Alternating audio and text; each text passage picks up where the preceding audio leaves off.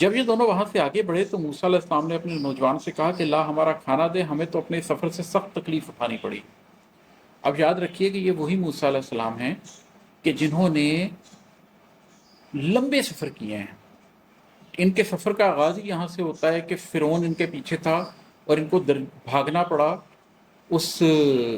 شہر سے، تو انہوں نے پورا مدین کا سفر کیا۔ لیکن مدین کے سفر کے آغاز پر اور مدین کے سفر کے اختتام پر جو اتنی لمبی مدت انہوں نے گزاری ہے، اس کے بعد انہوں نے یہ نہیں کہا کہ میں بہت تھک گیا ہوں اور مجھے سفر سے بہت تکلیف اٹھانی پڑی ہے۔ ہمیں پتہ چلتا ہے کہ وہاں جا کر جب انہوں نے دو بچیوں کو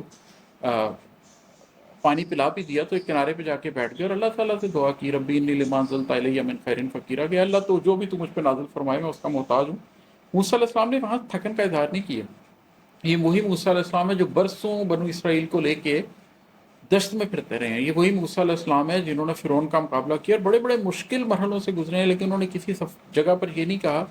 کہ اس سفر میں ہمیں سخت تکلیف اٹھانا پڑی ہے۔ لیکن جب انہوں نے جس مقام پر پہنچنا تھا اس مقام پر پہنچنے کے بعد غلطی سے سفر کو جاری رکھا اور غلط راستے پر چل پڑے، تو اس غلط راستے کے اوپر کچھ ہی دیر کے بعد ان کو اتنی تکلیف محسوس ہوئی کہ انہوں نے کہا کہ اس سفر پہ ہمیں سخت تکلیف پہنچی ہے۔ جب آپ صحیح راستے پہ جا رہے ہوتے ہیں تو اس صحیح راستے پہ لمبے سے لمبا سفر بھی آپ کو تکلیف نہیں دیتا،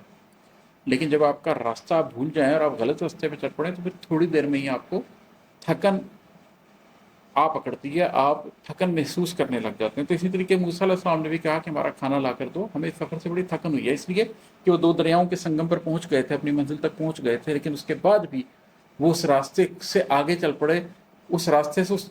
غلط راستے کی طرف چل پڑے، تو اس غلط راستے پہ چلنے کے ساتھ ہی تھکن ہونے لگ جاتی ہے۔ آپ کو اور مجھے بھی اس بات کا ادراک اور احساس ہونا چاہیے کہ اگر ہم بھی زندگی میں تھکن محسوس کریں تو اس کا مطلب ہے کہ ہم اپنی زندگی میں اس وقت اس منزل کی طرف نہیں جا رہے جس منزل کی طرف ہمیں چلنا چاہیے، ورنہ ہم یہ تھکن محسوس مت کریں۔ اس نے جواب دیا کہ کیا آپ نے دیکھا بھی، جبکہ ہم پتھر سے ٹیک لگا کر آرام کر رہے تھے وہیں میں مچھلی بھول گیا تھا۔ دراصل شیطان نے ہی مجھے بلا دیا کہ میں آپ سے اس کا ذکر کروں۔ اس مچھلی نے ایک انوکھے طور پر دریا میں اپنا راستہ بنا لیا۔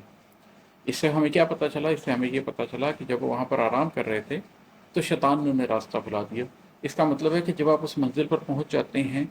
آخر الزمان میں جس منزل پر آپ کو پہنچنا چاہیے، جہاں پر آپ ریور آف انٹرنل نالج اور ریور آف ایکسٹرنل نالج کے سنگم پر ہوتے ہیں، تو وہاں شیطان بھی ایکٹیو ہو جاتا ہے۔ اس لیے کہ آخر الزمان میں سورۃ الکہف ہے ہی آخر الزمان کے لیے، آخر الزمان میں وہ بھی لوگ ہوں گے جو ریور آف انٹرنل نالج پورا رکھتے ہوں گے، ان کے پاس دین کا پورا علم ہوگا، لیکن وہ ماڈرن سوسائٹی کو نہیں سمجھتے ہوں گے،